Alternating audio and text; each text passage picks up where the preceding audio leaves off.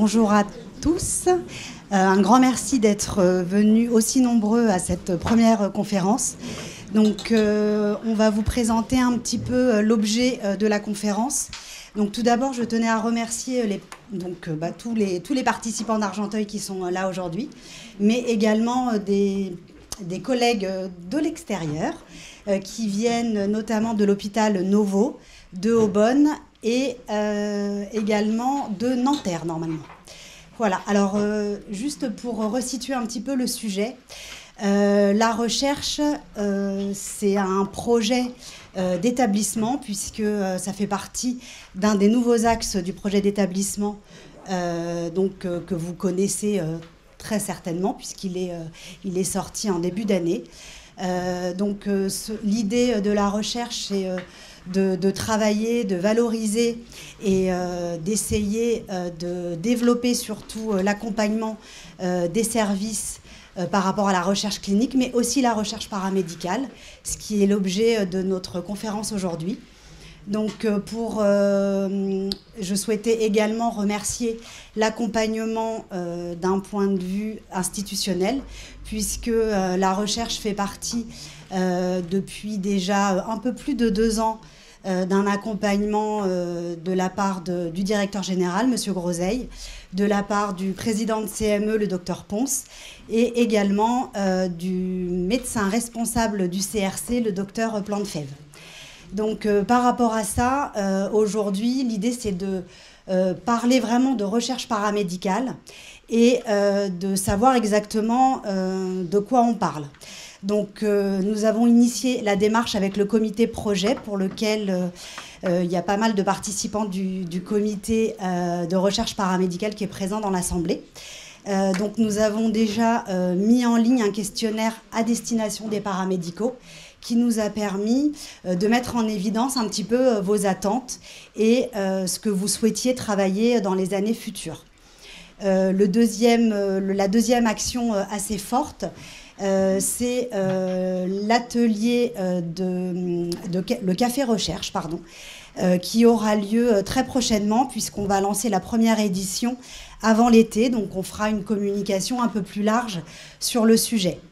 Je vais passer la parole à Madame Loiseau, à Madame Sanchez, qui du coup nous ont fait l'honneur de prendre de leur temps et de venir nous partager leur vision de la recherche en soins et également leur expérience, puisque c'est ce qui nous importe aujourd'hui. Et j'espère sincèrement que ça vous donnera des idées au niveau de vos services pour qu'on puisse vous accompagner sur des projets de recherche paramédicale. Moi, je commence par me présenter. Je suis ravie d'être ici. Alors, moi, je suis Valérie Loiseau. On fera notre parcours un peu plus loin, mais moi, actuellement, j'ai repris une chaire de recherche en sciences infirmières qui est une interface entre la PHP et Sorbonne Paris-Nord. On aura l'occasion de pouvoir en rediscuter. Bonjour à tous. Alors, moi aussi, je suis ravie d'être avec vous. Donc, infirmière, cadre supérieur de santé. Je suis actuellement formatrice en institut de formation de cadre de santé au GHU Paris Psychiatrie Neurosciences. Voilà. Donc, finalement, pourquoi notre présence ici? C'était un thème qui nous tient à cœur et c'est avec grand plaisir, effectivement, qu'on est avec vous. Moi, je tiens bien sûr à remercier le Centre hospitalier d'Argenteuil de nous avoir sollicité toutes les deux pour vous rencontrer et vous parler de ce sujet qui nous tient à cœur et qui nous anime, et tout particulièrement Madame Calado, par rapport à la direction de l'innovation et de la recherche. Donc la recherche, tout le monde en parle. C'est vrai que c'est un sujet assez commun presque aujourd'hui. Néanmoins, ça reste assez confus. Et donc l'objectif, c'était vraiment d'essayer de voir avec vous qu'est-ce que c'est que la recherche et surtout la recherche en soins. On parle de recherche scientifique, de recherche en soins, de recherche paramédicale. Qu'est-ce que c'est que ces termes-là? Ça, c'est un premier point. Le deuxième point, c'est surtout aussi à quoi cela sert. On va parler effectivement de définition, en tout cas d'essais de définition, mais également d'enjeux, de perspectives. Voilà, le but, c'est vraiment de créer cette émulsion. Mais surtout avec vous, de qu'est-ce qui anime les acteurs de la recherche. Au jour d'aujourd'hui, si on est là devant vous, c'est aussi parce que ça nous anime et que ça construit notre parcours par rapport à aujourd'hui, ce pourquoi on est ici aujourd'hui avec vous. Donc en fait, c'est pas du tout un cours sur la recherche. Voilà, on est assez humble aussi avec ça. Le but, c'est pouvoir aussi d'échanger, discuter avec vous, et surtout, je dirais, de présenter nos regards croisés, puisque vous le verrez, nous n'avons pas les mêmes parcours, de praticiennes-chercheurs, voire de soignantes-chercheurs. C'est vrai que voilà, on est aussi ancré dans la pratique, sur cette partie empirique, et donc on voulait partager avec vous cet élément-là pour pouvoir discuter autour de la recherche.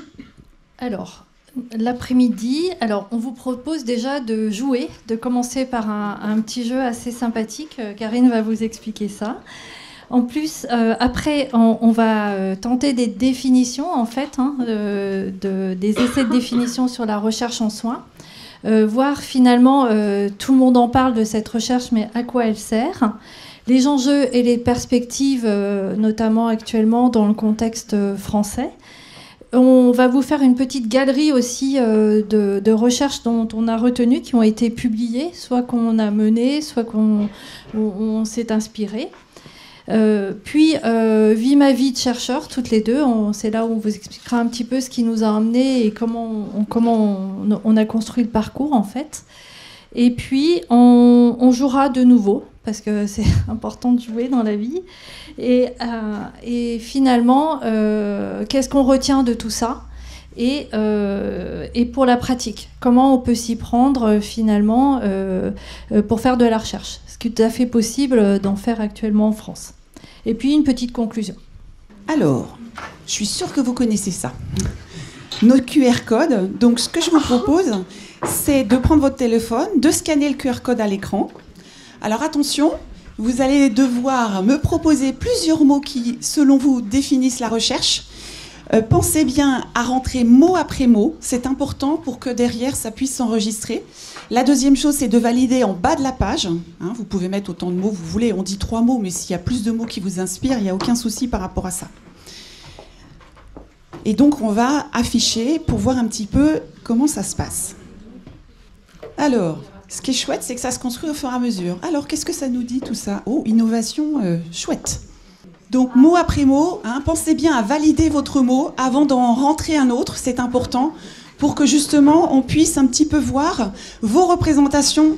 Alors, bien sûr, il y a toujours un entremêlement entre représentation et connaissance, selon votre parcours. Certains sont plus ou moins initiés à la recherche. Nous, ce qui nous intéresse avec Valérie, c'est justement de voir d'où est-ce qu'on part et quels sont les mots qui se rattachent, selon vous, à la recherche. On parle de la recherche avec un grand R. Super. Ah oui, donc là, effectivement, il y a plus de choses. Alors, donc l'innovation reste vraiment la pierre angulaire, a priori, de ce jeu. Qu'est-ce qu'on a d'autre ? Découverte, questionnement, ah ça c'est intéressant. Évolution. Ça bouge beaucoup encore. Amélioration, d'accord. Avancée, évolution des pratiques. Démarche scientifique, développement, documentation. On va attendre que ça se stabilise pour que tout le monde ait pu rentrer ses mots. Normalement, quand il n'y a plus de mots, ça ne bouge plus. J'ai l'impression que c'est un peu pour tout le monde. Non, ça bouge encore. Réflexion, découvrir. Alors la notion de découverte, ça c'est intéressant, elle est très présente. Il y a plusieurs mots sur le champ lexical, on retrouve découvrir, la notion de découverte. Démarche scientifique, actualisation, avancée, analyse, progrès, littérature. Après, on a bien sûr des mots en lien avec la méthodologie, comme la notion d'hypothèse. Ce qui est intéressant aussi, c'est la notion de démarche. Peut-être on va même pouvoir parler de processus, on va en parler tout à l'heure. La valorisation des savoirs. Alors là, ce qu'on est en train d'essayer de faire, c'est de voir un petit peu quels sont les mots saillants, en fait, au vu de vos verbatim, c'est un peu comme ça qu'on va en parler, de façon à vous qui vous questionnez sur la recherche, de quelle façon vous employez effectivement quel vocabulaire en lien avec la recherche. C'est ça qui est intéressant. Donc ce qui est central, effectivement, on est sur l'innovation. Voilà, la majorité d'entre vous, vous êtes vraiment axé effectivement sur ce terme-là qui est en lien et qui se rattache à la recherche. La notion de découverte, de questionnement, c'est pas au hasard, hein, bien sûr. On est au cœur ici de ce qui caractérise la recherche. La notion d'amélioration, le terme analyse aussi très intéressant, puisque c'est quelque chose qui contribue et qui fait partie d'une des étapes de la recherche. Donc on a déjà plein de choses qui caractérisent, hein, en tout cas, les éléments de définition par rapport à la recherche. Alors, si on essaye de faire le lien avec les mots que vous venez d'utiliser et les nôtres, parce que nous aussi, on avait un peu travaillé en amont, pour pouvoir derrière aussi dire comme ça, au jour d'aujourd'hui, qu'est-ce qui caractérise la recherche. Et donc, on s'est dit, on fait le jeu également de choisir 3 mots. Et vous voyez, c'est pas forcément les mêmes mots, qu'on a choisis. Valérie, elle a plus été effectivement sur les savoirs, alors qu'ils sont communs avec moi, mais elle a choisi la notion de processus et de compétences. Moi, qui viens plus de la discipline des sciences humaines et sociales, la notion de phénomène m'est plus familière et me parlait plus quand on parle de recherche. Et la deuxième chose, c'est effectivement le terme innovation. Donc, si on reprend l'ensemble de ces termes, finalement, la science, elle est pour nous constituer l'ensemble de ces savoirs qui sont produits par la recherche. C'est pas une surprise, et c'est d'ailleurs en lien, sachant que la notion de savoir, moi, je l'ai pas vue dans le nuage. Il me semble pas. Vous voyez ? Donc on peut s'interpeller, vous parlez de développement, les connaissances, voilà, il y avait, tout à fait. Après, connaissances et savoir, les auteurs disent que ce n'est pas exactement la même chose. Donc ça, c'est la première chose. Alors bien sûr, la recherche et l'innovation représentent des piliers fondamentaux dans la quête de connaissances, la création de valeur et de progrès, nous en sommes intimement convaincus l'une et l'autre également. Mais je pense qu'en tant que cadre de santé, il est important de maintenir à la fois la dynamique et la motivation des équipes soignantes par une réflexion sur la pertinence des pratiques et l'innovation. C'est quelque chose qui doit vraiment nous animer au quotidien dans nos pratiques managériales. Alors, pour mener à bien donc une recherche de nature scientifique, ça doit se faire dans le respect d'un processus, comme a évoqué Valérie, de compétences spécifiques. Bien sûr, on en reparlera plus tard, il n'y a pas besoin de faire un doctorat pour faire de la recherche. On peut s'inscrire dans plein d'étapes, et c'est ça qui est chouette justement dans cette thématique. Néanmoins, par rapport à cet investissement, il y a un moment où il faut pouvoir posséder un certain nombre de compétences qui sont à maîtriser, qu'elles soient théoriques ou qu'elles soient effectivement techniques, épistémologiques ou psychologiques. Je pense que c'est important par rapport à cet ensemble de définitions. On retrouve bien dans ce que vous nous avez proposé la notion de doute sur ce que l'on sait et ce que l'on fait. C'est bien ça en fait qui va caractériser la recherche. On a repris comme ça au hasard, hein, pas au hasard, mais c'est un peu volontaire. En tout cas, une première définition assez simple du Centre national de ressources textuelles et lexicales pour savoir finalement qu'est-ce que c'est que la recherche. Et d'où il la définit ainsi des activités intellectuelles, travaux ayant pour objet la découverte, l'invention, la progression de connaissances nouvelles, voire la conception que l'on a de cette activité. Et c'est vrai que moi, je suis allée repérer un petit peu, par exemple, dans l'exemple des sciences humaines et sociales, comment on caractérise la recherche. Et c'est toujours par rapport à ces 3 actes-là qu'on trouve dans énormément de recherches, dans celles que j'ai faites et dans, effectivement, peut-être si vous avez ces expériences, vous avez dû mobiliser. Alors, par exemple, la rupture. La rupture, c'est le premier acte qui consiste vraiment à rompre avec les idées reçues.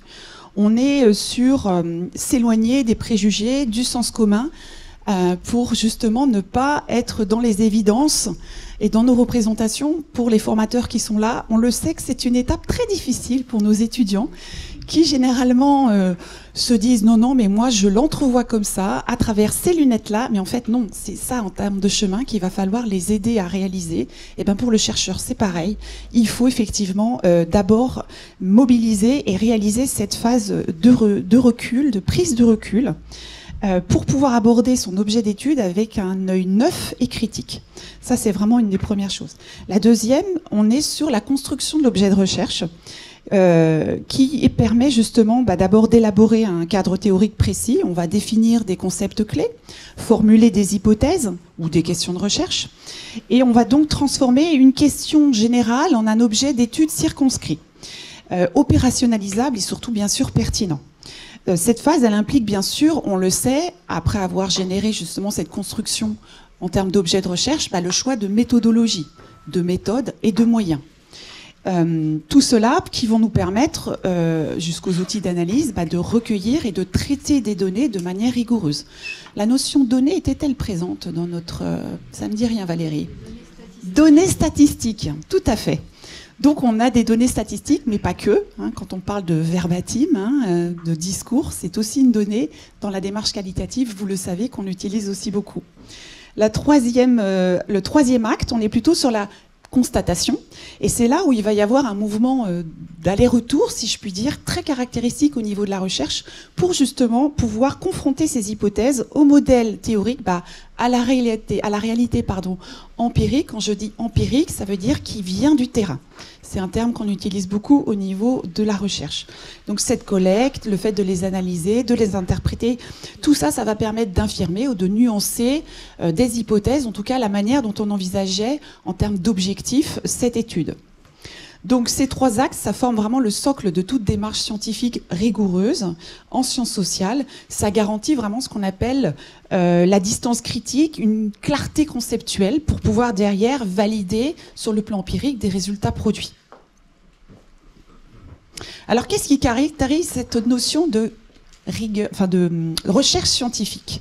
Je vous ai mis un exemple, je me suis appuyée sur des auteurs pour pouvoir dire, finalement, on parle de rigueur, mais c'est-à-dire, encore une fois, un terme doit toujours être un peu comme un concept. Il y a des attributs qui viennent caractériser un concept. De la même façon, qu'est-ce qu'on entend par rigueur scientifique? Est-ce que c'est un terme qui est arrivé? Je ne crois pas non plus dans... Il n'y a pas eu la notion de rigueur. Pourtant, c'est un terme qui est beaucoup utilisé dans la recherche. Donc, je vous en ai mis quelques-uns. Pour pouvoir justement se dire quels sont les critères qui sont récurrents, c'est-à-dire qu'on retrouve en fait au quotidien pour pouvoir se dire de quelle façon je vais mener ma démarche scientifique. Eh bien d'abord on va parler de vraisemblance. C'est vraiment cette capacité à refléter fidèlement la réalité étudiée. Je ne vais pas faire une recherche qui n'est pas ancrée sur le terrain par rapport à des pratiques ordinaires de professionnels. C'est pour ça qu'on a besoin de vous. Ce n'est pas les hautes sphères en termes de recherche. On est ancré sur le terrain. Donc c'est important en fait de respecter cette notion de vraisemblance. La deuxième, c'est le rapport des données au concept avec une validité des données. Vous en avez une troisième qui est donc la transférabilité, où on va justement faire en sorte de pouvoir appliquer ces résultats à d'autres contextes. Ça ne sert à rien de faire une étude si elle n'est pas applicable de par sa rigueur dans un autre contexte pour pouvoir derrière ou faire ce qu'on appelle une reproduction ou au contraire aller plus loin parce qu'on fait un deuxième bout au niveau de la recherche. Donc c'est une donnée effectivement, un critère à respecter. Et puis il y a également la fiabilité ou la consistance. C'est ce qu'on appelle la stabilité des résultats dans le temps et dans des contextes similaires.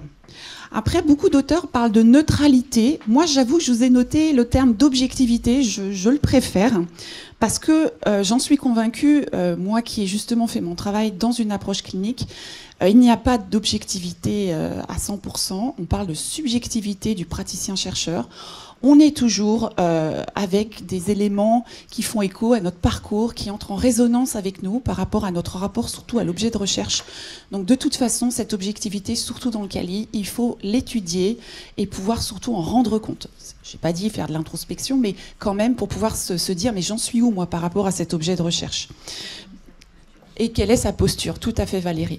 Donc c'est pour ça qu'on va toujours avoir conscience que les biais techniques ou instrumentaux, théoriques et idéologiques font partie également de cette notion, en tout cas de caractéristiques de la recherche scientifique. Alors ce qui est sûr, c'est qu'au vu de tout ça, après il y a plein de mécanismes qui sont recommandés. Peut-être que vous avez entendu le terme de triangulation des données ou de faire valider par exemple des résultats par les participants. Enfin, il y a beaucoup de choses qui peuvent être utilisées après derrière pour augmenter en fait la qualité, si je puis dire, de ces critères, mais on ne va pas aller aussi loin. C'était juste pour vous donner des exemples. Un dernier petit point avec un clin d'œil aux formateurs de nouveau qui sont dans la salle. C'est vrai qu'on connaît beaucoup en formation le concept d'alignement pédagogique. Vous vous souvenez, objectif, mise en œuvre, ingénierie pédagogique. Eh bien ici c'est pareil. C'est pas de la cohérence pédagogique, mais ici on parle de cohérence systémique, c'est-à-dire un alignement entre objectifs, méthodologie, collecte et analyse des données. Cet alignement, il est également essentiel pour justement rendre compte et respecter ces critères de rigueur scientifique. Alors après avoir fait un petit point sur je te demande Valérie, et pour toi, qu'est-ce que c'est que la recherche en soins? Alors, après avoir donc défini la recherche de manière globale, on va plutôt parler de la recherche en soins. Alors là, on s'est appuyé sur un des auteurs, Christophe Debout, qui a beaucoup écrit au niveau de la profession. Alors, l'objectif, en fait, est de produire par la recherche donc, des savoirs scientifiques, c'est-à-dire que des savoirs qui ont été éprouvés donc, par une étude ou par des études, utilisables pour alimenter des prises de décision infirmières. Il est évident que normalement, les décisions que l'on prend qui donnent lieu à des pratiques en soins, elles doivent être appuyées sur une rigueur scientifique et des données probantes. Et puis, donc, des décisions infirmières, et que ces décisions qui comprennent donc soit la clinique auprès des patients, en fait, puisqu'ils sont quand même à même de pouvoir nous demander les meilleures pratiques, que c'est donc au niveau de la clinique, au niveau de la formation, pour vous aussi en tant que formateur, mais au niveau aussi de l'enseignement. C'est-à-dire qu'au-delà, on doit pouvoir enseigner dans les instituts, à l'université, en fait, ces résultats. Donc, la recherche en soins, elle est quand même ancrée dans la pratique quotidienne. Alors, par exemple, je vous ai mis un exemple dans le cadre du PHRIP. Alors, le PHRIP, c'est le programme hospitalier de recherche en soins infirmiers et paramédical, qui existe au niveau de la DGOS au même titre que le PHRC, PHRC, PREPS, enfin tous ces appels à projets. Et en fait, c'est une équipe de Limoges qui s'était interrogée sur le phénomène vécu par les enfants lorsqu'ils arrivaient aux urgences pédiatriques, en fait. Et ils se sont demandé, parce que les enfants pleuraient, est-ce que c'était de la douleur finalement, ou est-ce que c'était de la peur? Il s'avère qu'ils ont mis en place une étude, ils ont réalisé une échelle donc d'auto-évaluation de la peur, qu'ils ont mis en pratique, qu'ils ont fait valider scientifiquement, et qui a fait l'objet, entre autres, d'un bel article dans une revue de nursing en anglais, me semble-t-il. Enfin, ça vaut vraiment le coup de la regarder. Très, très intéressant. Donc ça, en fait, ils ont produit des savoirs, en fait, et qu'on peut se dire, dans les urgences pédiatriques, eh bien, on pourrait prendre cette échelle et puis regarder au niveau local si on peut la mettre en pratique pour ces enfants. Donc, la recherche en soins, donc, elle est ancrée dans la pratique quotidienne et elle bénéficie aux patients, forcément, et qui sont en droit d'attendre en fait des soins innovants et fondés sur des données scientifiques. Alors, la recherche en soins, évidemment, comme on l'a vu avec Karine, il y a une rigueur, mais qu'elle soit recherche ou recherche en soins, on a la même rigueur scientifique, en fait, donc on passe par les mêmes process. Et notamment, on a repris une demande des instances représentatives, et notamment le Comité international infirmier, en fait, qui, depuis 1998, donc c'est pas du tout récent, qui incite en fait à développer la connaissance scientifique afin de soutenir donc la pratique des soins infirmiers et le besoin de combler le fossé entre la pratique et la recherche, et de sorte que les résultats de la recherche soient canalisés vers la pratique et que les sujets qui demanderaient à être éclairés par de la recherche soient amenés vers les chercheurs. Donc à la fois, et on va le voir plus tard, on voit bien qu'en France, les infirmiers ou les paramédicaux font de la recherche, produisent des résultats, mais in fine, il faut que ces résultats ils retournent à la pratique, en fait, dans une boucle. C'est peut-être là où on est un peu plus en attente, en tout cas. Alors, on va se poser des questions. Alors, Karine, à quoi sert la recherche en soins aujourd'hui ? Alors, à quoi elle sert ? Valérie l'a dit, on est aujourd'hui tous là pour la prise en charge directe du patient et de l'usager. C'est notre cœur de métier. Mais cette recherche paramédicale, elle est essentielle, en fait, de façon discrète, comme tu l'as dit, dans la production de connaissances pour moi. C'est vraiment un point important. Mais également la visée, la recherche d'amélioration dans le domaine du soin, que ce soit préventif, diagnostic, curatif, même organisationnel, en réadaptation, rééducation, palliatif. Il y a une diversité, on le sait, hein, des soins. Donc c'est vraiment quelque chose d'essentiel pour moi sur à quoi sert la recherche, et d'ailleurs ce qui m'anime aujourd'hui pour continuer à faire de la recherche. Alors, je suis allée rechercher par curiosité combien nous étions. Alors, j'ai regardé par rapport à mon métier, ma filière métier, en tant qu'infirmière. Nous sommes plus de 28 millions d'infirmiers, infirmières dans le monde aujourd'hui. Vous vous rendez compte, c'est énorme. Si tout le monde s'empare justement de ce sujet-là, pour pouvoir derrière œuvrer au quotidien pour le patient, ce serait exceptionnel. Parce que nous sommes une ressource exceptionnelle. Maintenant, nous ne travaillons jamais seuls. On travaille en collaboration avec les médecins, avec l'ensemble des paramédicaux et avec les chercheurs de toutes disciplines. C'est dommage d'enfermer, si je puis dire, une recherche dans une discipline à part entière, et les recherches interdisciplinaires, généralement, sont très intéressantes. Donc ça, c'est une première chose. La dernière chose, c'est qu'effectivement, les professionnels de santé sont donc des acteurs aujourd'hui incontournables, surtout pour répondre aux orientations également nationales. Je suis allée revoir un petit peu la dernière stratégie nationale de santé.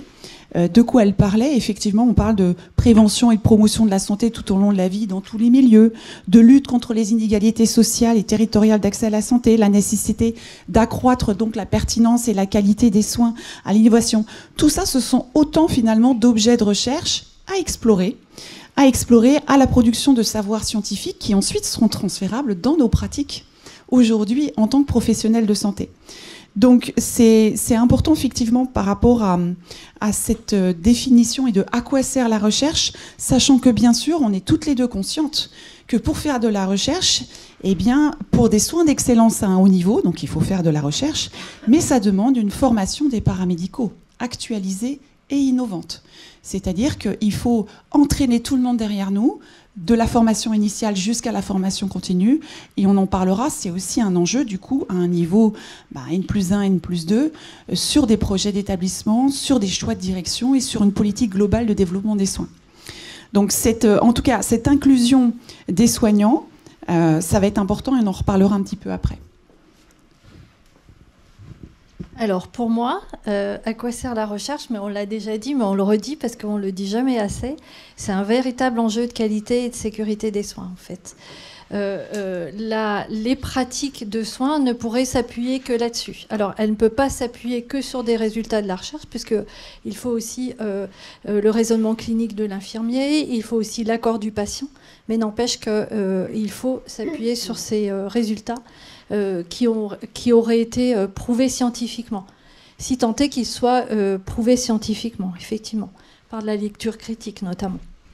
Et puis dans un contexte où on a quand même 20% de personnes qui vivent avec une maladie chronique, donc on a forcément des vrais enjeux, en fait, des sujets de recherche dans ce contexte-là, tenter pour eux, pour leurs accompagnants, pour la prise en charge globale en fait de la maladie, le bien-être, voilà. Et forcément un lien avec l'efficience des soins, puisqu'on est quand même dans un système contraint où les soins, ça coûte quand même de l'argent. Et on verra sur une des recherches après, pourquoi, si on s'appuie sur la recherche, on peut faire à un moment peut-être repenser les pratiques et peut-être dépenser moins si tant est qu'on ne fasse pas d'économie. Alors Karine, à ton avis, quels sont les enjeux et les perspectives autour de la recherche ? Alors je reviens aux professions paramédicales. On est plusieurs sans doute dans la salle à réaliser régulièrement des entretiens de recrutement par rapport à des professionnels. Et c'est vrai qu'aujourd'hui, il y a quand même, beaucoup d'auteurs et d'études le disent, une mutation du mode de fonctionnement des soignants issus des nouvelles générations, mais aussi de leurs valeurs. C'est vrai que ces nouveaux professionnels, ils ont de nouvelles attentes. Ils aspirent à un travail plus collectif, avec des perspectives pour diversifier leur carrière. Donc tout ça, faut en tenir compte. Et c'est vrai que du coup, l'implication de ces soignants paramédicaux dans des projets de recherche paramédicaux, ou même la possibilité de s'engager dans des cursus académiques longs, tout ça, ça va répondre aux enjeux du développement personnel, donc de ces professionnels auxquels ils aspirent, mais surtout tout en restant engagés par rapport justement à leur cœur de métier, c'est-à-dire à proximité du patient, puisque c'est ça en fait que nous aspirons tous. Donc c'est un élément effectivement à démontrer.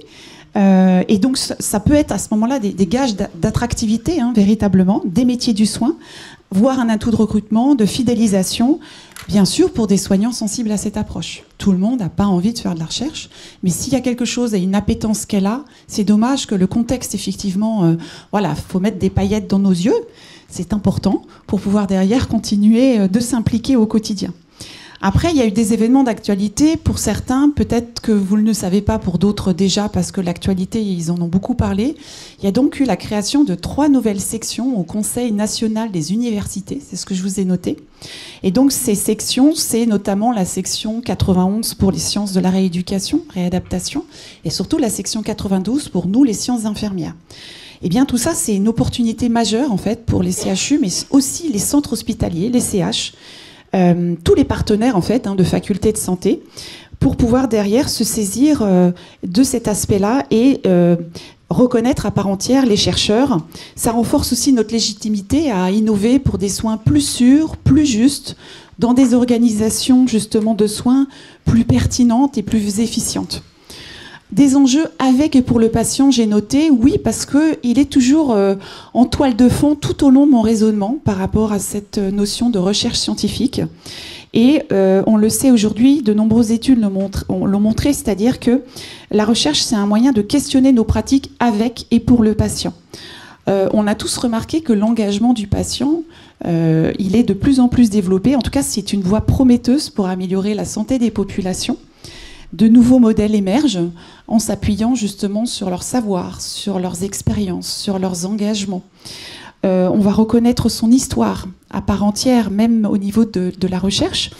Donc c'est vraiment son expérience est une source essentielle de savoir, et donc il faut renforcer son application comme acteur vraiment décisionnel. Alors bien sûr en fonction de ses valeurs, en fonction de tout ça. Peut-être connaissez-vous les notions de patient partenaire, de patient ressource, de patient expert. Ce sont des mots qu'on utilise beaucoup au quotidien aujourd'hui. Donc c'est vraiment une réalité. Et cette expérience patient, justement, elle doit être au cœur de nos préoccupations. Et d'ailleurs, c'est pas un hasard si dans la nouvelle version de la certification au niveau du 6e cycle, eh bien, le patient est au cœur, justement. C'est un des critères impératifs. Donc c'est vraiment un défi à relever. Clairement celui de la démocratie sanitaire, avec l'émergence justement d'une recherche paramédicale participative, j'ai envie de dire. On n'est pas, nous, enfermés dans nos histoires de recherche paramédicale. On est vraiment justement avec le patient pour pouvoir derrière élaborer des priorités. Donc il peut participer à plusieurs façons, que ce soit dans l'élaboration de priorités de recherche, de rédaction de protocole, l'évaluation. Il y a plein de choses qui peuvent être faites avec le patient. Et les recherches collaboratives, tout à fait. Alors, pour le système de santé, on l'a un peu dit, en fait, effectivement, on est dans un système quand même qui est contraint, où on doit délivrer des soins, et des soins les plus pertinents possibles et à un coût le moindre possible, en fait. Donc, tout l'intérêt de cette recherche en soins. Et puis, il tentait, et ce qui est bien, c'est d'avoir une organisation en fait qui mette à jour les connaissances et les savoirs en fait pour une qualité des soins optimum. Alors, au niveau de la qualité des soins, c'est pas tenté au niveau qu'on dote en nombre de professionnels, en fait. Ça a été démontré que c'est pas forcément effectivement le nombre, mais leur formation qui compte. Notamment, c'est tous les écrits de Aiken sur le sujet. Pour les établissements de santé, en fait, il y a des enjeux puisque eux-mêmes, ils sont producteurs de savoir et puis consommateurs. Donc, tout l'intérêt de pouvoir développer la recherche en soins. Et puis, c'est un outil managérial, comme on l'a dit à un moment, pour attirer, fidéliser, en fait, les professionnels. Des enjeux pour les coordinations des soins, pour la motivation des équipes en fait à un moment, et puis parce que l'innovation aussi c'est quelque chose qui peut être très attractif. C'est un objectif donc qui est partagé en fait, comme on l'a dit tout au long, et qui est partagé entre les directions et puis notamment en interdisciplinarité, puisque dans une équipe de recherche en fait on n'est jamais seul et on a des compétences différentes, ce qui en fait complètement la richesse. Est-ce que vous avez des questions à ce moment, à ce stade de l'intervention avant la suite ? Comment comment vous avez surmonté la peur de la page blanche? C'est-à-dire de se dire par où je commence, comment je fais, est-ce que je vais y arriver? Parce que là aujourd'hui vous êtes arrivé avec beaucoup de guillemets, une forme de maturité dans l'exercice.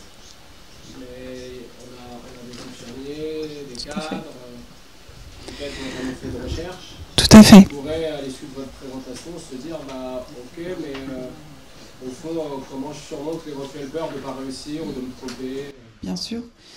C'est quelque chose que j'ai vécu, hein. Je pense que Valérie peut aussi en parler. On a tous vécu ce phénomène de la page blanche. Je pense qu'il faut être assez humble en fait avec cette démarche-là et ces envies de faire de la recherche, surtout avec le fait d'inscrire en fait sous forme d'idées. Comme un cahier de bord, un cahier de brouillon, vous voyez. Moi, j'ai jamais formalisé quelque chose en premier jet super bien quand on avait une idée de recherche. C'est toujours venu à la relecture et le fait de retravailler un document.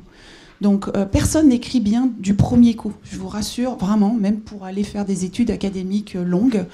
Donc, en fait, l'idée du cahier de brouillon ou du cahier de bord ou de noter sur un coin de table, en fait, quelque chose, même si ça vous obsède la nuit et qu'on n'arrive pas à dormir, hein, on sait ce que c'est. On allume la lumière, on inscrit l'idée sur le cahier de brouillon et on le reverra le lendemain matin. Ça aussi, ça marche bien. Donc, je pense qu'il faut oser. Et souvent, on ne s'autorise pas à oser parce qu'on a peu d'estime de soi. On se dit, mais la recherche, finalement, c'est pas pour moi. C'est réservé, voilà, à des cursus académiques, machin. Eh ben, pas du tout, en fait. Il faut oser, ou en tout cas oser, et peut-être aller chercher des ressources autour de vous pour pouvoir derrière aller plus loin sur ce projet.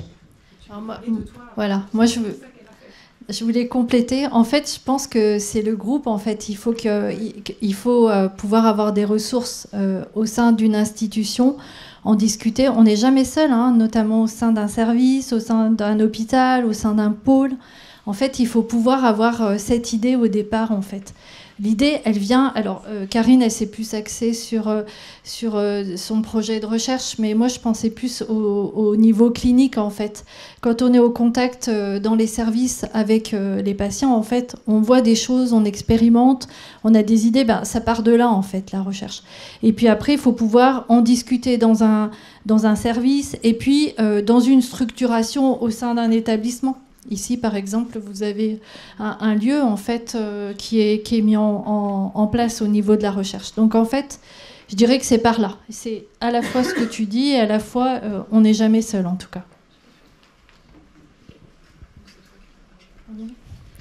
Alors, là, on va parler de la galerie, un peu de la galerie des recherches qu'on a sélectionnées. Alors, en premier, moi, je voulais vous parler de cette recherche. En fait, à l'époque, pour moi, ça a débuté un petit peu là-dedans. Je suis tombée dans la recherche un petit peu avec cette étude. On est en 2013, en fait. Je suis cadre aux urgences pédiatriques, en fait, dans un hôpital de secteur. Et je suis sollicitée par une équipe de Limoges, en fait, qui avait le projet de mettre en place une étude. Et ils nous demandent, en fait, les médecins se connaissaient et nous, au niveau infirmier, ils nous demandent, en fait, si on voulait participer avec eux à cette étude. Alors cette étude, en fait, c'est l'expérience vécue des enfants aux urgences pédiatriques, lors du décollement de la poche à urine pour des soins, donc des soins de base. Et ils s'étaient aperçus que les enfants, ils pleuraient beaucoup. Et qu'à l'époque, ils utilisaient, eux, du liniment. Alors c'est un produit que vous devez connaître, que les mamans connaissent bien et qui, à l'époque, on revient en 2013, coûtait assez cher, en fait. Et ils s'étaient interrogés sur la pertinence, en fait, ce qu'on a dit, donc la pertinence d'utiliser ce produit pour le décollement de la poche urinaire chez les enfants de 3 ans. Donc, en fait, moi, je pars avec mon équipe et finalement, on accepte, ce qui était une grosse organisation à l'époque parce qu'on filmait. En fait, comme ici, on filmait le visage de l'enfant au moment où on décollait la poche. Donc, il y avait toute une organisation à mettre en place avec les infirmiers, les aides-soignantes, et les auxiliaires de puériculture. Et franchement, ça a été une sacrée aventure, du point de vue managérial en tout cas. Du point de vue clinique, En fait, cette étude, donc on l'a menée. Eux, comme ils étaient le centre de référence, ils ont inclus plus de patients que nous à l'époque. Et en fait, ce que ça a montré, donc en fait, on randomisait les enfants. Donc on tirait au sort pour savoir s'ils avaient le liniment ou s'ils avaient la technique habituelle. Donc on prenait des compresses avec de l'eau et on enlevait délicatement la poche urinaire. Et donc, il s'est avéré qu'on utilise ou pas ce produit qui coûtait cher, finalement, les enfants avaient mal, voire très mal.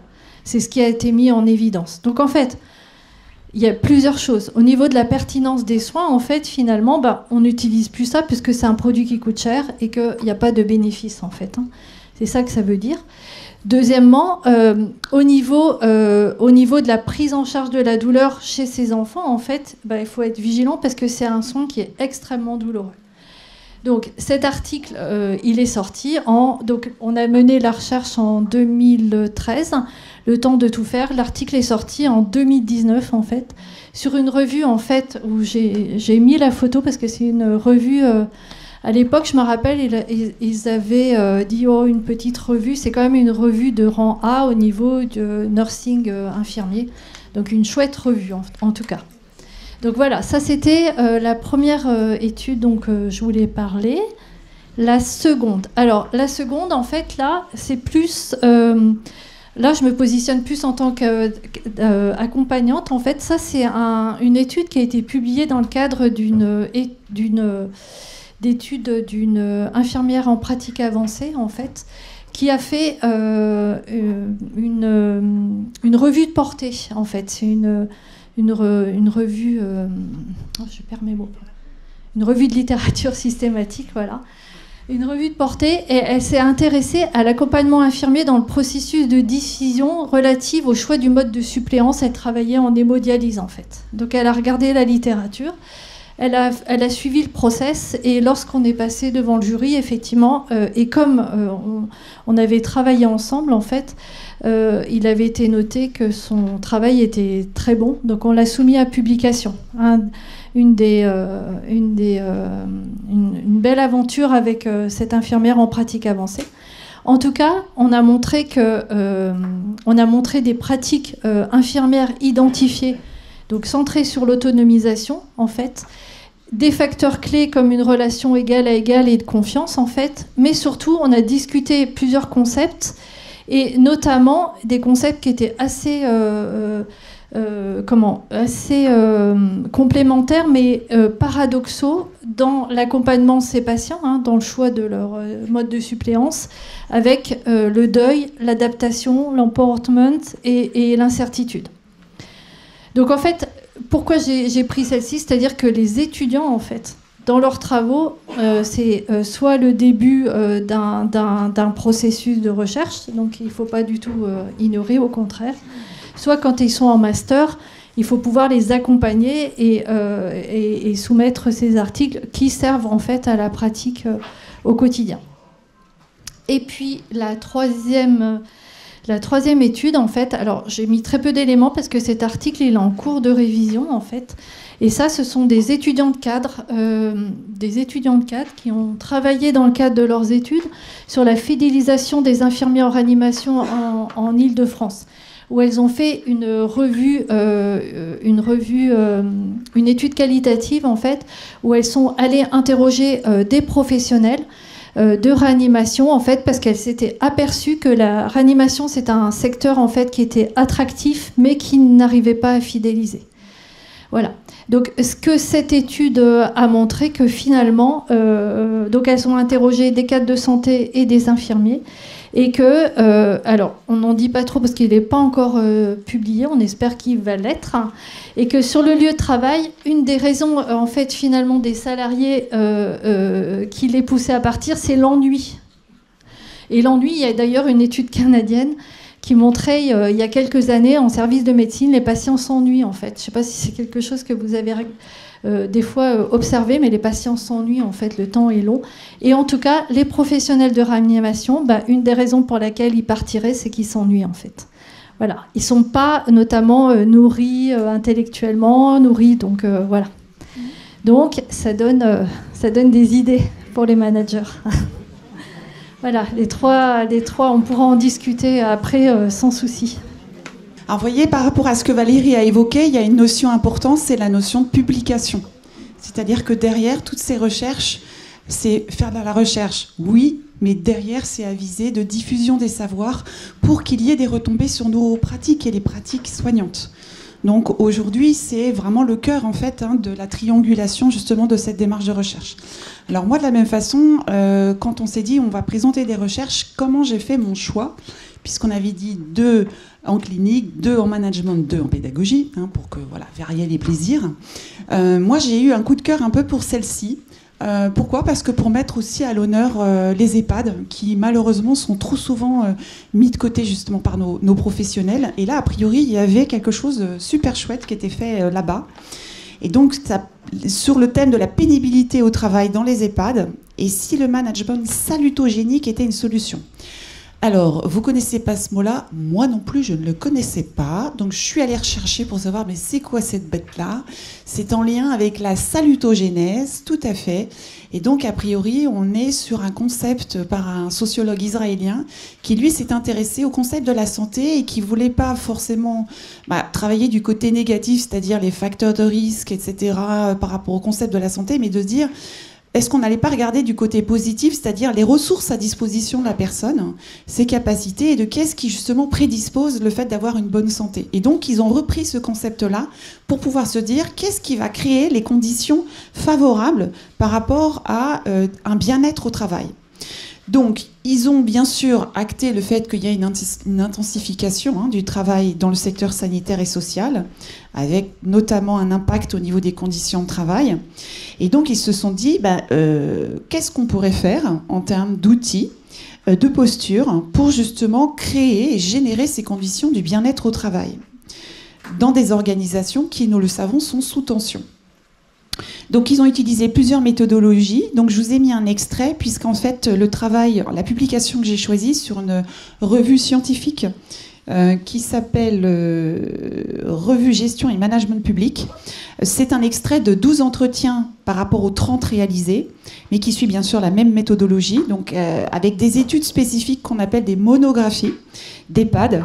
Et donc, ils se sont appuyés sur une modélisation à travers 3 concepts, la notion de sens, de lien, d'activité et de confort, selon bien sûr un abord théorique. Et donc, ce qui est très intéressant, c'est qu'il montre bien qu'il y a une vraie volonté institutionnelle de valoriser le sens au travail, et que c'est ça qui fait que ça aide et que ça permet aux soignants d'accepter et de vivre mieux cette pénibilité, parce qu'ils sont valorisés et que ça a du sens. Un autre élément qui a beaucoup participé justement à cette notion de bien-être, peut-être que beaucoup d'entre vous le connaissent, c'est ce qu'on appelle le projet Humanitude en termes de formation. Et ça aussi, ça apporte généralement quelque chose de très fort, à la fois dans le management de l'équipe, mais aussi, c'est ce qu'ils disent au niveau de la création d'une relation de confiance au travail, avec l'utilisation également de ce projet. Donc ça, c'est le deuxième point. Sur le plan de l'activité, on est sur une vraie réflexion, a priori, sur le plan managérial aussi, de la qualité du travail et de l'accompagnement du développement des compétences, où les professionnels se sentent entendus. Et du coup, il y a quelque chose qui fait que derrière, ça fait la boucle pour pouvoir favoriser le réinvestissement. Et puis, bien sûr, le confort physique et le développement personnel. Donc, ils ont repris, vous voyez, au niveau des résultats, ce pourquoi ils avaient identifié de qu'est-ce qui pourrait justement aider et générer à diminuer cette pénibilité au travail.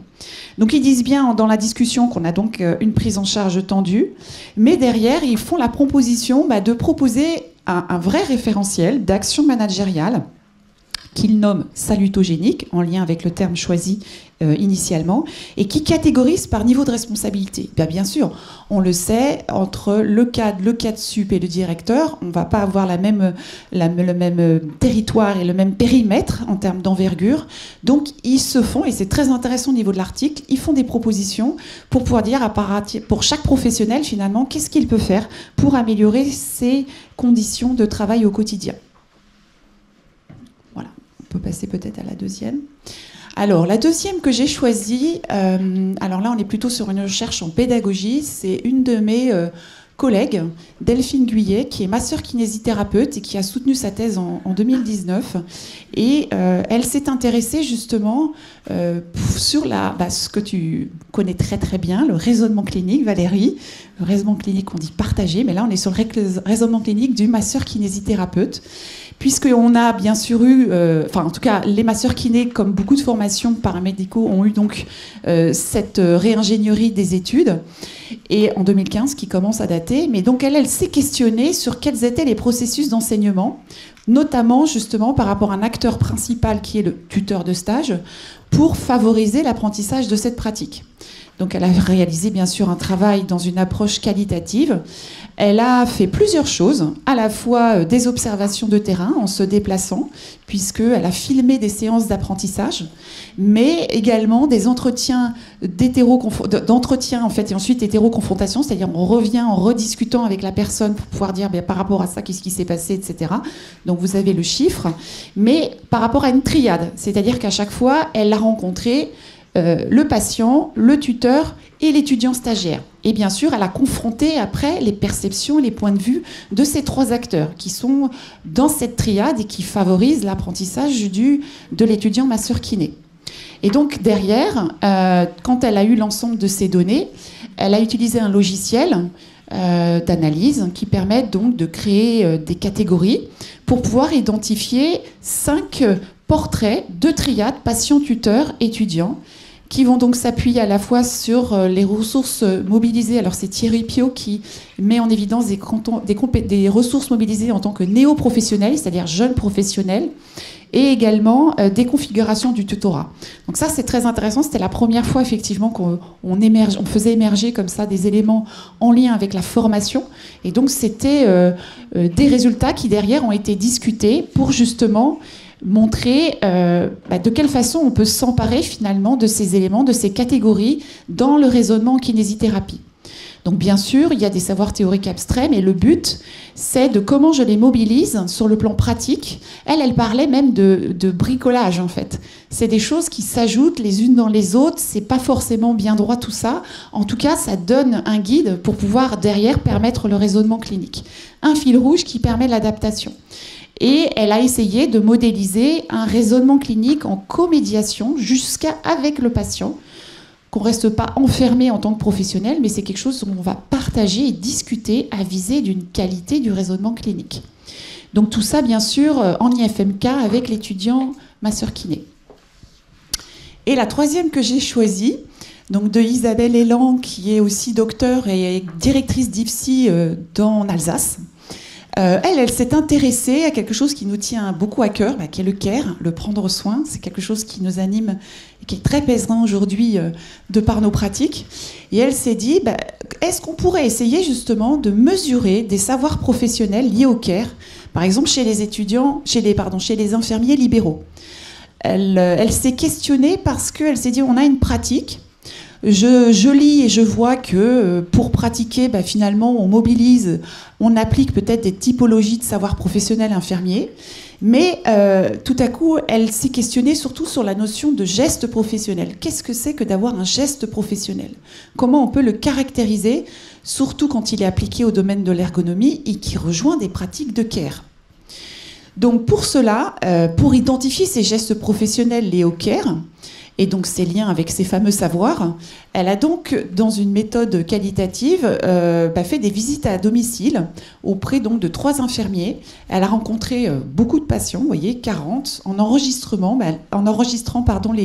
les interactions audio entre le patient et l'infirmier. Elle a pris des notes en même temps, de manière simultanée, pour pouvoir justement identifier quel type de geste était fait à quel moment et le rattacher bien sûr au care dans une activité soignante, puisque nous le savons, finalement le care c'est pas forcément du prendre soin dans quelque chose qu'on fait, c'est dans quelque chose qu'on incarne, de notre posture, de la manière dont on va regarder la personne. Plein de choses sont en lien avec le care. Donc le verbal, le non-verbal, le paraverbal. Donc c'était ça aussi qui l'intéressait, de pouvoir caractériser. On est bien sûr derrière avec un objectif de formation là, puisqu'elle est en tant que directrice d'IFSI. Et c'est ça qu'elle a donc essayé de faire, et qu'elle a très très bien fait, pour pouvoir derrière, après, à travers ces différentes observations et ces entretiens, pouvoir analyser en colonne par catégorie. Et elle a discerné différents gestes qu'elle a nommés des gestes d'ambiance, des gestes de sollicitude, des gestes d'évaluation ou des gestes de régulation. Et ces éléments, tous ces gestes-là, ça va justement permettre, dans un geste de régulation, d'évaluer un problème qui se pose. Alors par rapport, on est toujours en lien avec du raisonnement clinique aussi. Un geste de sollicitude, le geste d'évaluation, le geste d'ambiance en lien avec la relation de confiance.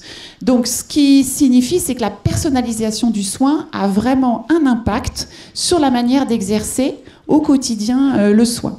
On va exercer au quotidien, et c'est aussi pour ça que derrière, elle a voulu, bien sûr, utiliser ces résultats de recherche dans la formation, et donc elle a créé des TD avec de la simulation pour justement mettre en œuvre et mobiliser ces gestes du CARE et aider les étudiants infirmiers à apprendre ces gestes-là et surtout à les repérer. Parce que ce qui est compliqué, un geste de sollicitude, d'accord, mais c'est-à-dire concrètement, ça veut dire quoi? Donc, si je dis tout ça, c'est que là, on vous présente un peu texto comme ça des résultats de recherche.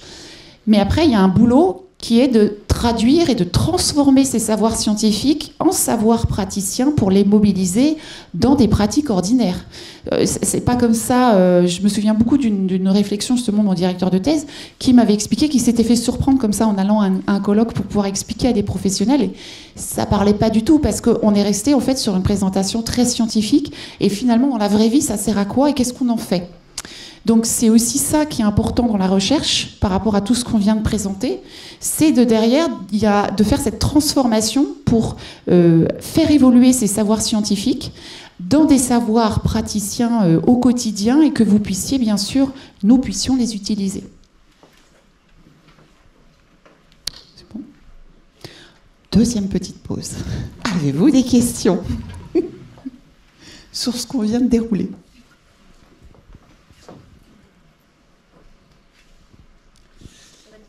Question. Bon. Continue. Ok. Alors, on a déjà un peu dit des choses, mais c'est vrai qu'on ne s'est pas présenté particulièrement. Et donc, on avait souhaité, avec Valérie, faire un petit point sur d'où on est parti et qu'est-ce qui a fait qu'aujourd'hui, on est devant vous, en train de vous parler de recherche. C'est des choses assez communes, finalement, en termes de parcours, puisqu'il y a beaucoup de similitudes, on a remarqué, dans nos deux parcours. Moi, je vous ai noté, vous voyez, j'ai travaillé pendant 9 ans en tant qu'infirmière, donc c'est à la fois pas long, puis en même temps peut-être suffisant pour avoir vu une diversité de services, puisque j'ai commencé en soins intensifs, un petit passage en médecine infectieuse, de l'hémodialyse, et plutôt beaucoup de pédiatrie, d'urgence pédiatrique, et plusieurs années au SIX, au service infirmier de compensation et de suppléance, où j'ai construit mon projet cadre. Donc c'est vraiment comme ça que j'ai commencé. Derrière, une expérience de quelques années en unité de soins de longue durée à Poissy.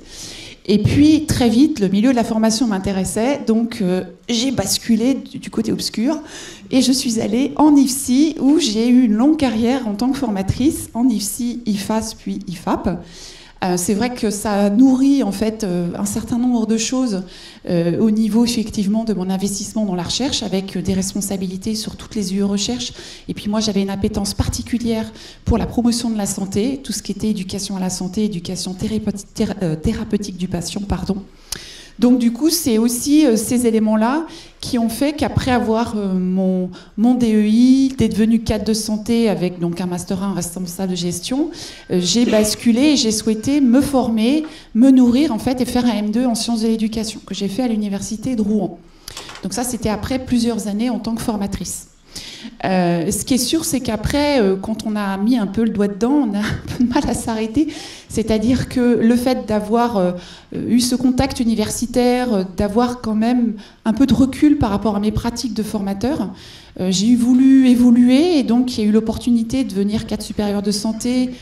Et puis c'était un poste de coordination pédagogique et d'adjointe à la direction. Donc ça m'a permis d'avoir une vision plus méta en fait sur des objets que je voyais de très près en tant que formateur.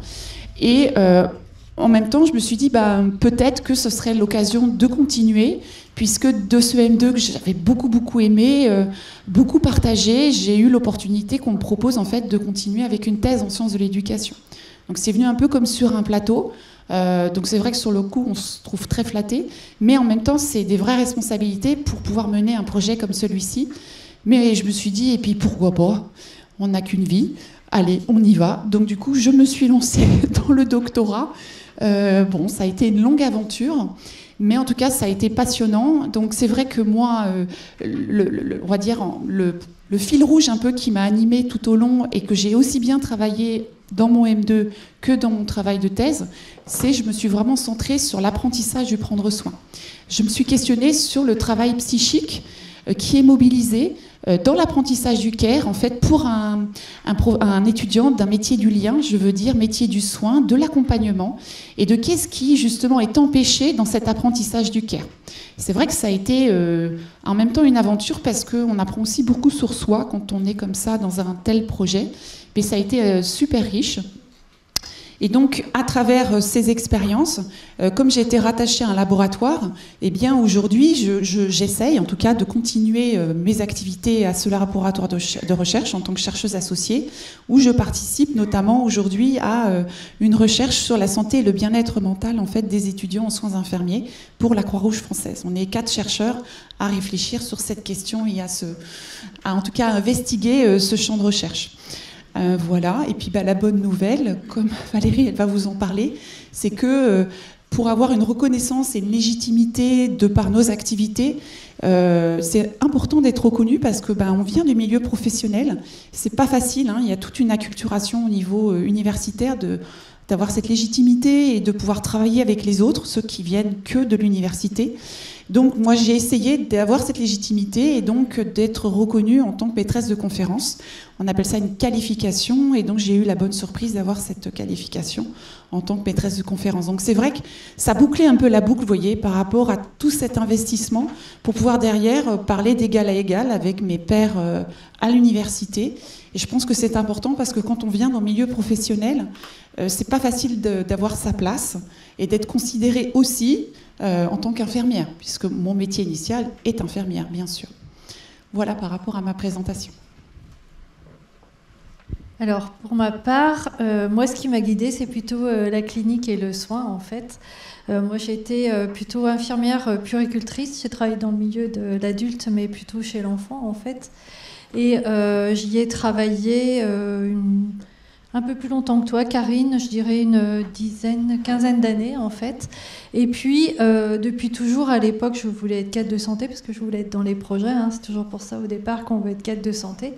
Donc j'ai managé des équipes. Alors je suis retournée à l'époque dans le monde adulte, aux urgences adultes, hein, qui était le moment où j'ai appris mon métier de cadre, on va dire. Et puis après, j'ai œuvré dans plusieurs endroits en tant que cadre, urgence pédiatrique. Je suis retournée un peu chez les adultes, chez les enfants. Mais moi, à ce moment-là, la recherche, ça m'a, comme je vous ai dit dans l'étude de 2013, en fait, ça m'a un peu toujours animée et guidée, en fait. Donc, au sein de la structure où je travaillais, on avait l'axe du projet de soins dès 2013, où était notée la recherche. Donc c'est par ce biais-là que je suis rentrée dans la recherche, en fait, où on avait répondu à l'époque à un appel d'offres du PHRIP qu'on avait eu, et par ce biais-là, j'ai pu coordonner la recherche, développer en tout cas des activités de coordination de la recherche au sein de la structure, alors en exerçant toujours en tant que cadre. C'est qu'à partir de 2000... quand je suis rentrée en thèse en 2019, effectivement, que j'ai eu un poste à 100%, où là j'ai coordonné la recherche, alors recherche infirmière, et puis après ma thèse, la recherche de manière globale, en fait, hein, au sein de la plateforme recherche dont on avait initié. Donc j'ai repris aussi mes études, effectivement. Alors moi j'ai pas fait un master, j'ai fait un master sciences cliniques en soins infirmiers, ce qui était le master précurseur du master IPA. Et puis après, j'accompagne effectivement les étudiants dans leurs travaux. quelques enseignements. Et puis, je suis rentrée en thèse, comme Karine, en 2019, pour en sortir 4 ans après, avec un doctorat de santé publique, mention sciences infirmières, parce qu'on n'était qu'au début où on peut avoir un doctorat en sciences infirmières en France. Voilà, et moi je me suis intéressée à l'environnement capacitant dans la maladie chronique, et l'environnement de manière globale, c'est quelque chose en fait qui m'anime plutôt, c'est un vrai sujet à l'heure actuelle. Je continue des travaux effectivement en lien. Je suis chercheur associé, comme Karine, là où j'ai fait ma thèse, au laboratoire éducation et promotion de la santé à Bobigny, et puis j'ai été qualifiée effectivement maîtresse en sciences infirmières, maîtresse de conférence en sciences infirmières dernièrement, puisqu'on a eu les résultats dernièrement. Donc en pratique, en fait, on a repris nos études au fil de l'eau, donc on est de cette génération qui avons repris régulièrement des études, en fait.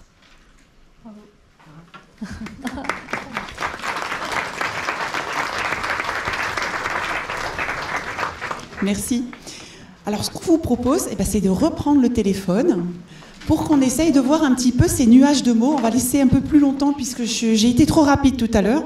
On va laisser le QR code pour que vous puissiez tous un petit peu voir. Alors, au jour d'aujourd'hui, qu'est-ce que ça vous dit maintenant lorsqu'on vous parle recherche? Ok, donc ça a l'air de... Si ça bouge encore un peu... donc, on a bien sûr le point saillant, c'est les savoirs.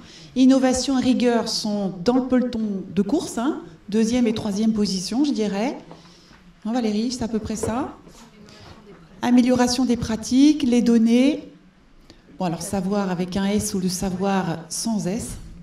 Beaucoup d'auteurs sur le plan conceptuel qui, en sciences de l'éduc, ont réfléchi. Le rapport au savoir avec le pluriel ou pas. Ça, oui. D'accord. Donc on voit bien, vous voyez, la richesse là, en termes de points par rapport à la première fois.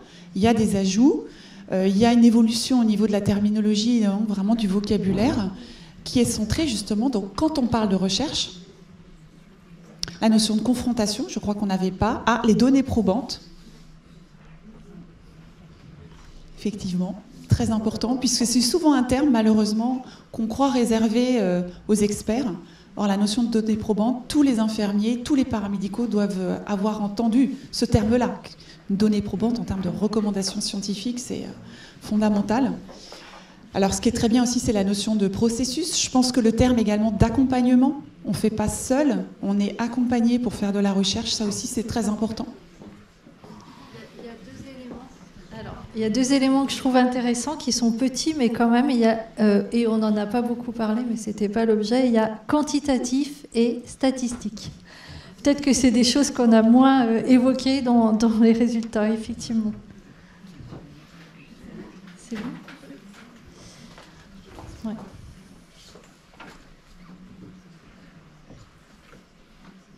Alors, on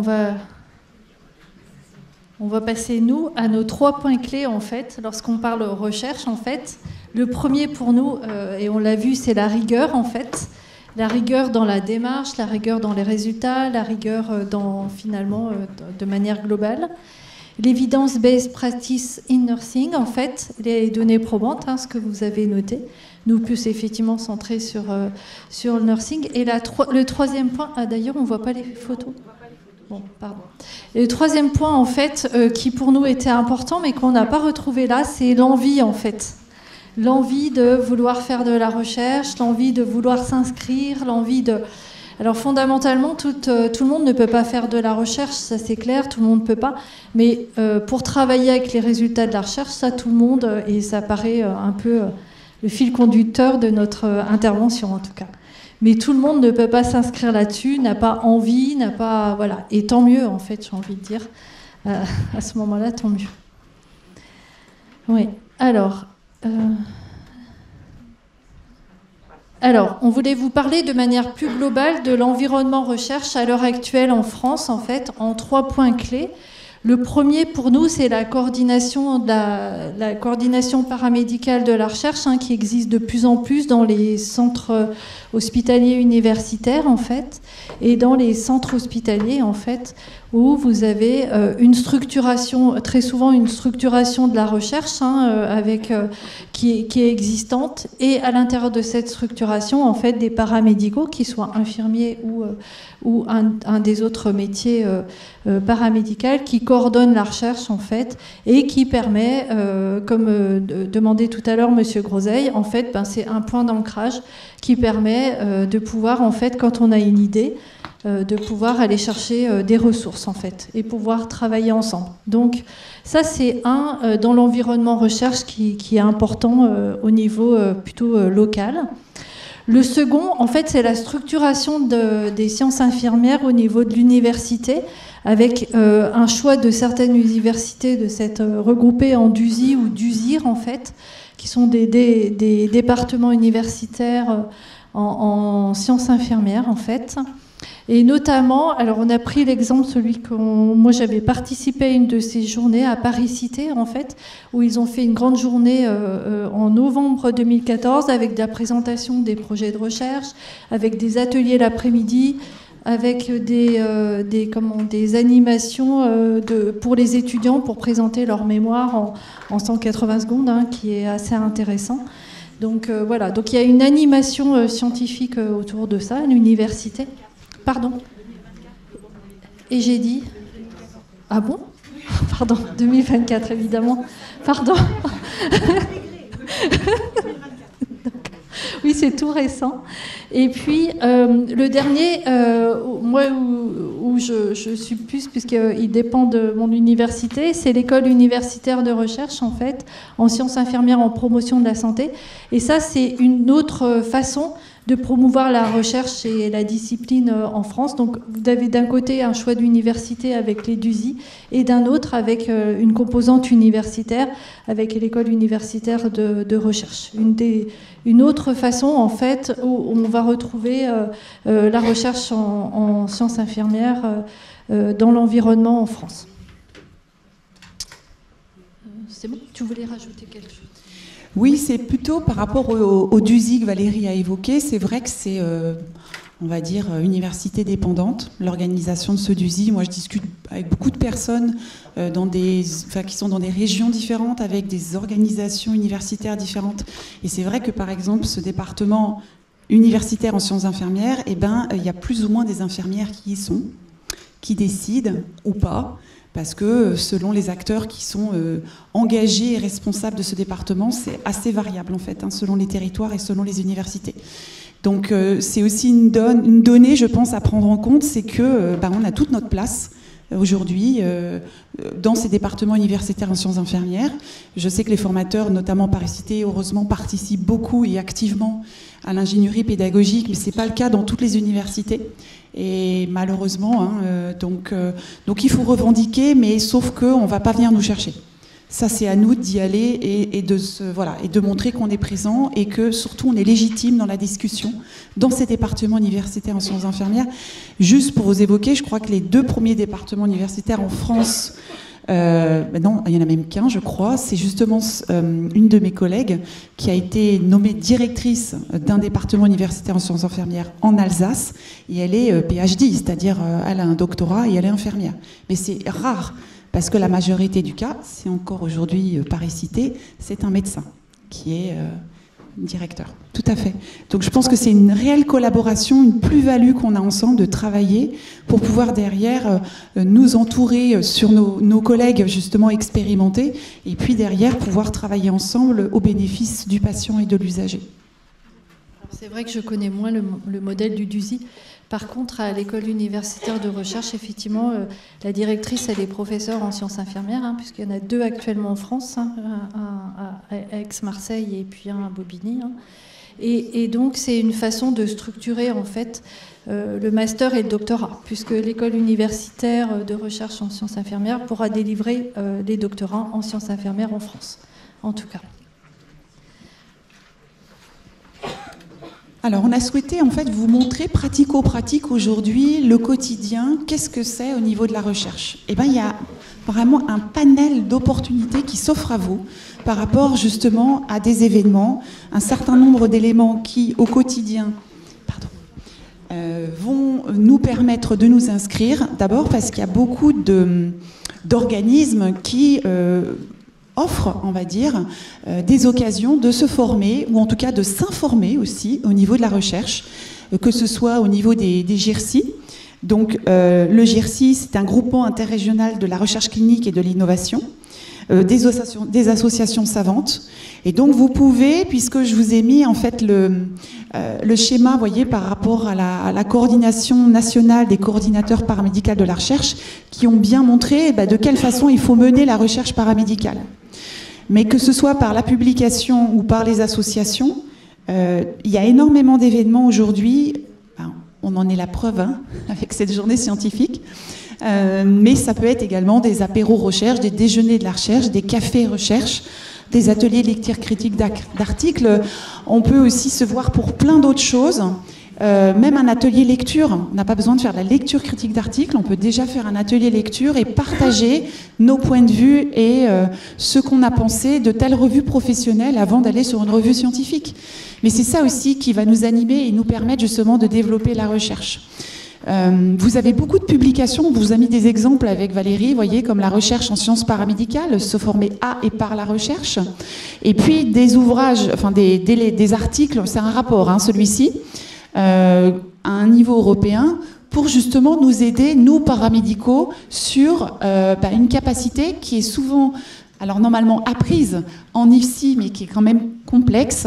En tout cas, je pense, pour ma part, qui est vraiment appréhendée et plus maîtrisée par la pratique et le fait d'en faire régulièrement. C'est aussi pour ça, vous voyez, que nous, avec Valérie, on souhaite mobiliser au quotidien nos compétences scientifiques, parce que ce qu'on a appris, et si on ne le mobilise pas, on va l'oublier. Parce qu'on fait beaucoup d'autres choses aussi. Donc il faut continuer à lire des articles scientifiques, on essaye de le faire et on le fait au quotidien pour justement nous nourrir. Et pour les professionnels, c'est pareil. Pratiquer, voilà, ce n'est pas que des applications mécaniques de gestes, la réflexion elle est là, mais c'est surtout le fait de réenvisager nos pratiques. Je crois qu'on avait mis une deuxième diapo, voilà. Donc on vous a monté des exemples d'actualité. Notamment donc, par rapport à Valérie, au niveau de sa chaire, une journée recherche en sciences infirmières qui a lieu en juin, à destination donc, du personnel paramédical et des infirmiers et des étudiants. Vous avez par exemple le dernier webinaire, puisque moi je suis membre de l'ARCI, l'association de recherche en sciences infirmières, et donc j'anime en fait avec mes collègues pour les adhérents de l'ARCI des webinaires, bien sûr que sur des objets scientifiques. Ça peut aller, vous voyez, de cet exemple-là, c'est-à-dire de l'idée au projet de thèse, mais également sur ce que c'est qu'une revue de littérature ou les outils de la recherche qualitative, ou au contraire une lecture critique d'articles, d'un article, d'une méthode quantitative, donc c'est très variable.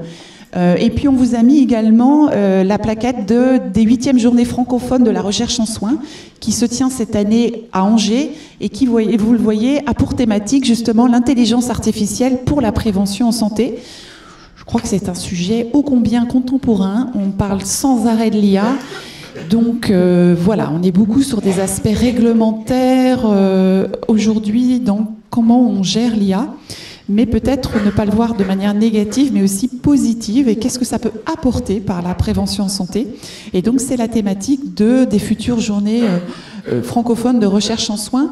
Vous avez régulièrement également, par certains GIRSI, des vie ma vie de chercheurs et des présentations un peu flash, vous voyez, de recherche pour ceux qui voilà, ont envie de voir un peu ce que c'est.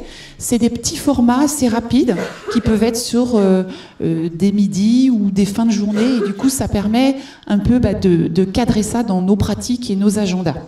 Je me permets juste, le GIRSI Soho, en fait, Ouest, ils font beaucoup ce format-là, en fait, pour pouvoir s'acculturer. C'est une vraie richesse, en tout cas. Et pour avoir participé, ou en tout cas écouté quelques-uns, je crois qu'il faut y aller même si on n'est pas impliqué dans la recherche, puisque généralement ces webinaires, le but est vraiment de vous aider à aimer, si je puis dire, la recherche. Donc il y a beaucoup d'écoute et beaucoup de partage. On pose les questions qu'on a envie de poser. Et ce qui est important, justement, c'est de repérer et de pouvoir avoir des exemples qui nous donnent envie de nous inscrire dans la recherche. Donc, c'est vraiment à la portée de tout le monde, ces petits webinaires. Ce n'est pas réservé pour que ceux qui font de la recherche. Alors, En conclusion, en fait, si on reprend un peu tout, on pourrait dire qu'il y a de nombreux défis, en fait, de nombreux défis quand même à relever, même si l'environnement de recherche est riche, ça reste quand même des défis à relever. On est face à une évolution démographique, un nombre de patients aussi, si on revient aux patients avec notamment la maladie chronique. On a la gestion des données de santé, par exemple, dans les entrepôts de santé, des entrepôts de données. Une défiance de certains par rapport à l'égard de la science, hein, on l'a vu notamment pendant la crise Covid, et puis l'usage de l'intelligence artificielle, comme l'a dit Karine, où en fait on ne peut que travailler avec, j'ai envie de dire, puisqu'on ne peut pas y échapper. Face à ces défis, en fait, on a des dispositifs d'appui qu'on peut solliciter. Alors, on l'a vu, hein, il y a les ARS, il y a les GIRSI, en fait. Le GIRSI, c'est vraiment une source d'information, en fait, et de moyens de s'imprégner, en fait, de s'acculturer à la recherche. Et puis, des démarches collaboratives, hein, qu'il faut encourager. En fait, avec tout ce qui est donc au sein même des DRCI ou au sein même des centres hospitaliers, où vous avez des ressources, hein, où il faut vraiment travailler ensemble, des groupes de recherche pluriprofessionnels, hein, au sein même de vos structures, on peut tout à fait mettre en place, par exemple, les ateliers de lecture. Hein. Ça, c'est une vraie richesse et c'est de la recherche, hein, c'est vraiment le début de l'acculturation. Qui est assez fondamentale. Alors, vous voyez, dans la conclusion, on a essayé d'avoir une vision assez élargie.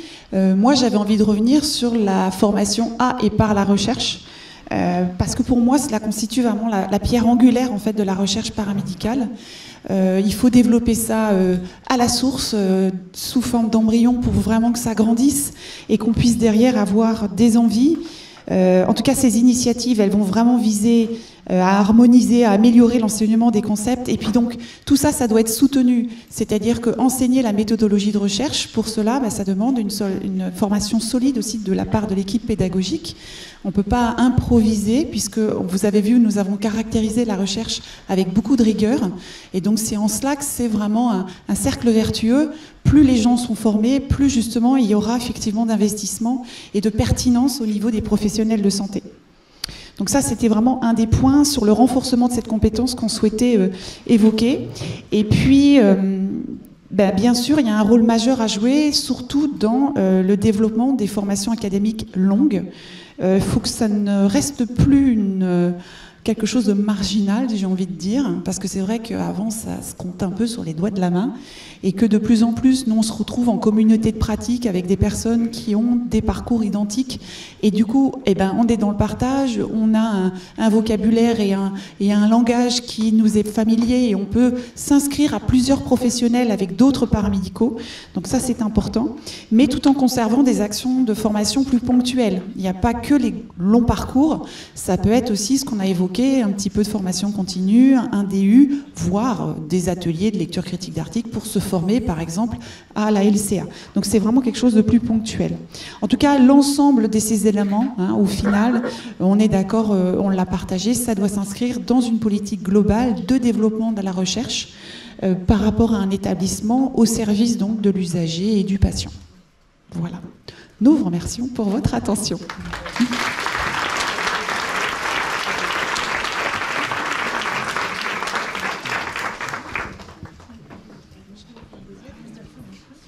Merci beaucoup Valérie, Karine pour cette intervention que j'ai trouvée finalement, j'ai beaucoup aimé l'approche très pragmatique de ce thème qui parfois peut faire peur. C'est vrai qu'aujourd'hui on entend de plus en plus parler de recherche, mais au final de se dire de manière très concrète comment est-ce qu'on peut le mettre en action dans nos pratiques au quotidien, c'est en tout cas l'ambition qu'on a à Argenteuil d'essayer de développer cette approche et d'essayer de travailler de manière un peu en rang serré avec tous les services. Donc je pense qu'après l'été, on va lancer une petite campagne de thématiques, si vous avez des thématiques que vous souhaitez travailler dans vos services.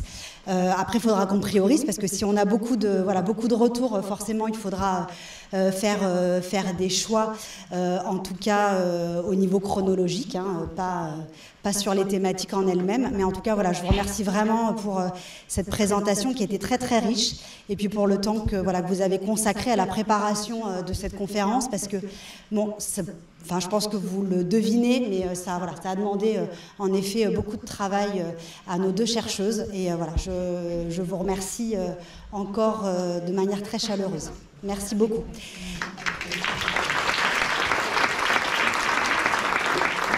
Alors, peut-être, oui, avant on va peut-être... Est-ce que vous avez des questions? C'était très très clair? Tout était hyper clair? Ou vous osez pas, peut-être? C'est peut-être la thématique qui fait encore un petit peu peur. Je vais laisser du coup le mot de la fin à Monsieur Groseille. Merci à toutes les deux. Merci à celles qui ont organisé, Sophia et puis Nardine, puisque c'est la première conférence qu'on organise sur cette thématique. Ça a pris un petit peu de temps. Je vais fêter mes 2 ans bientôt. Et ça fait 2 ans que je côtoie Gaëtan Plantefèvre, Driss Chaoui, Emmanuel Mahé, pour ne citer qu'eux en matière de recherche. Et ils ont fini par un petit peu me lobotomiser le cerveau sur le sujet. Et notamment sur le mode de raisonnement, avec cette idée au départ de se dire avant de se lancer dans la recherche, il faut se poser les questions. J'ai bien retenu. Et donc, la première question que je me suis posée il y a 2 ans, c'était la suivante.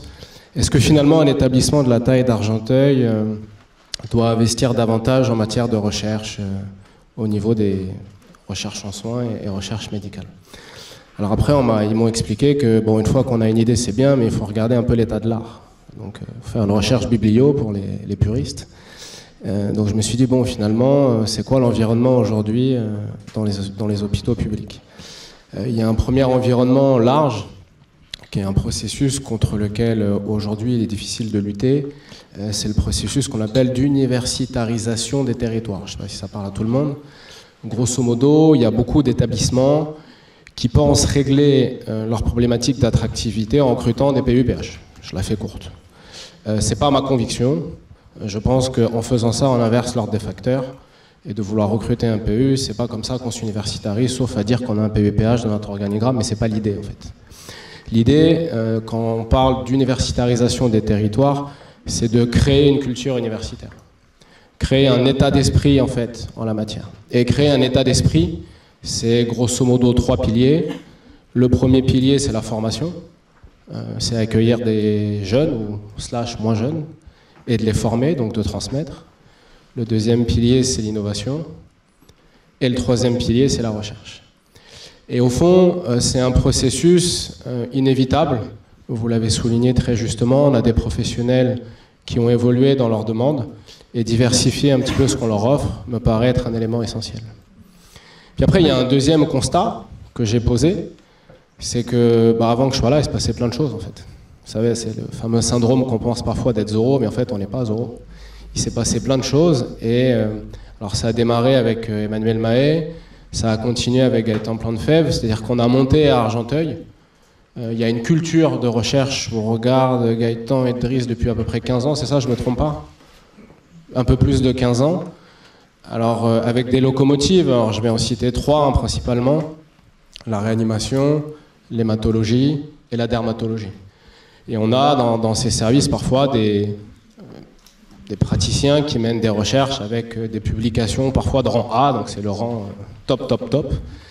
Et grosso modo, quand j'ai posé ces 2 constats, je me suis dit, j'ai osé, je me suis dit, alors allez, on y va, on se lance un peu, et on va essayer en fait de mettre un peu plus de moyens sur l'activité de recherche. Alors je dis un peu plus, qu'on en a quand même déjà un peu. On a une unité de recherche clinique qui est plutôt bien dimensionnée. On a essayé en fait de développer cette partie. Alors après, c'est pareil, quand on marche en général sur 2 jambes, c'est un peu plus facile. Et très souvent, on a tendance, quand on parle de recherche, à parler de recherche clinique, parce que naturellement, c'est ce qui nous vient en première intention. Mais on a fait le choix aussi à Argenteuil d'avoir une 2e jambe, qui est la recherche en soins ou recherche paramédicale, et d'où l'exposé d'aujourd'hui notamment, et tous les travaux qu'on a conduits jusqu'à maintenant. C'est une vraie volonté, ça participe aussi à cette idée qu'on essaie de faire valoir à l'hôpital d'Argenteuil, qu'on a un peu matérialisé dans le projet d'établissement. Ce n'est pas un projet médical d'un côté et un projet de soins de l'autre. C'est un projet médico-soignant, alors c'est pas facile, c'est une idée un peu nouvelle, ça prend du temps, on sait qu'il y aura beaucoup d'obstacles, parfois des gens qui seront un peu circonspects en disant c'est quoi votre affaire, mais moi personnellement j'y crois. Après j'ai retenu de votre présentation plusieurs points. Le premier, au fond, c'est la question du doute, parce qu'elle me plaît plutôt pas mal en fait. Parce que pour moi le doute renvoie à deux conceptions un peu différentes. La première qui est l'humilité. Lorsqu'on doute, en général, on essaie d'être un peu humble. C'est-à-dire que, grosso modo, on se remet en cause, on se pose des questions. Et en réalité, en matière de recherche, la première chose, c'est l'humilité. C'est de se dire, tiens, est-ce que ce que je fais est cohérent? Est-ce que ce que je fais est de nature à permettre d'être performant? Et puis après, la question du doute, elle a aussi, dans une autre valence, l'option ambition. Parce qu'au fond, on doute, mais on se dit, bah, mais si je doute et que je me dis que c'est pas terrible, j'ai peut-être aussi l'ambition de changer les choses. Alors l'idée qu'on a beaucoup échangé, notamment avec Gaëtan Plantefèvre sur le sujet, l'idée c'est pas de faire du volume, l'idée c'est pas de faire du chiffre, et en même temps il faut pas être trop bête non plus, il faut qu'on fasse un peu de chiffre quand même. Mais l'ambition de départ, quand on se lance dans une activité de recherche, c'est d'essayer, avec beaucoup d'humilité, de faire avancer la science. C'est ce que j'appelle l'ambition. C'est-à-dire de se dire, je me suis remis en cause, je me suis posé une question et je me suis dit, bah, finalement, la réponse que j'ai, elle ne me satisfait pas. Est-ce qu'on peut faire mieux? Et donc s'engager dans quelque chose. Et pour s'engager dans quelque chose, et là je sais que certains se retrouveront dans mes propos, et je terminerai par ça, la première chose, c'est déjà d'avoir des idées. C'est-à-dire qu'en fait, on ne fait pas de science sur du théorique. On essaie d'avoir des idées. La deuxième chose, ouais, c'est oser. Elles vous l'ont dit. Moi, je connais bien Valérie, puisqu'on a travaillé ensemble à Poissy.